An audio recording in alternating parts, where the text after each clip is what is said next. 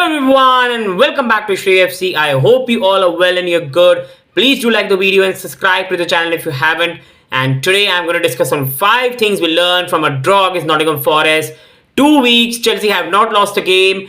And overall, we have so many goals to celebrate again. 2 goals. That's the way our season has gone. 43 points now and a bit of positives to build upon. So starting off with the first positive, the first thing we learned was the performance of Trevoh Chalobah.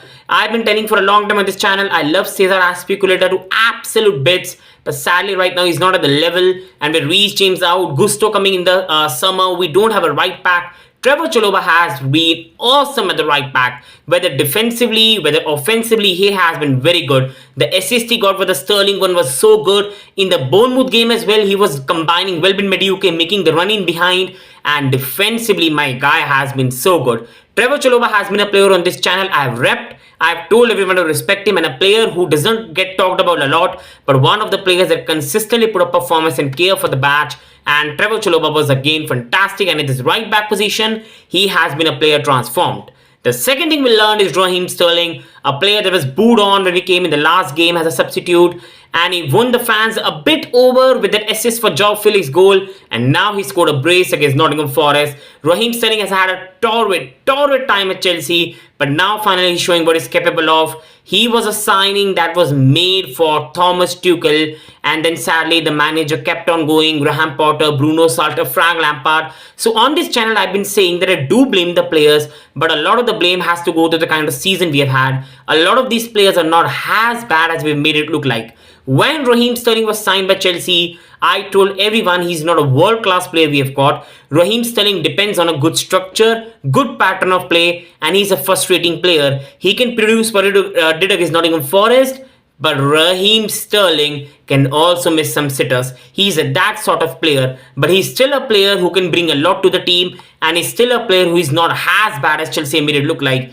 He could be a very good player under Mauricio Pochettino. With the structure Pochettino will implement with a high pressing style, with a run in behind, Sterling can be very important under Pochettino. And next season with a proper preseason, with a proper structure, there's still a player in Raheem Sterling. And I think as much as it's easy to say Raheem Sterling doesn't care, he's not trying his best, I do think he's trying his best, but his trying his best sadly has not been good enough because of the structure around him. He's still a good player and the performance was very refreshing to see. The third thing we learned was Chelsea need a new number 1 goalkeeper. We need a new number 1 goalkeeper. On this channel, I've been saying that Kepa is a player who has played well, but he's just an above average goalkeeper who cannot play for a side who want to win trophies, want to be in the top 4 and stand by it. He's a good sweeper keeper, but the guy cannot claim crosses, the guy cannot command the box, and that is very weak part for a goalkeeper.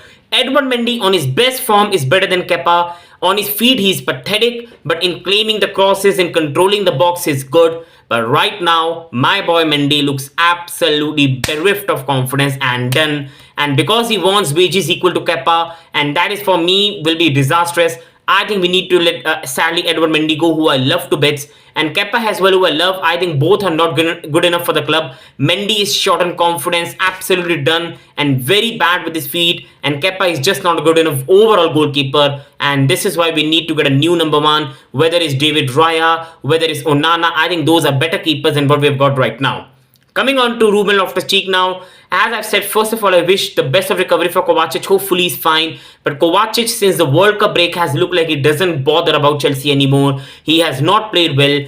On this channel, I've repped him a lot, but also said he's a limited player. And Kovacic right now doesn't look bothered, is not providing anything, cannot even make a forward pass. And it's better we let him go to Manchester City, Bayern, whoever he wants to go. We refurnish the midfield with players like Enzo we signed in January, Lavia. We have players like Chukwuemeka who are so young. We have players like Casadei. We have players like Andre Santos, the young player we signed. That is how Chelsea should be building now. And I think it's better for us to let Mateo Kovacic go. And Ruben Loftus-Cheek, when he came on in the pivot role with Enzo, was so good. And Loftus-Cheek is a player I've always said, he's a youth player I've always repped and loved.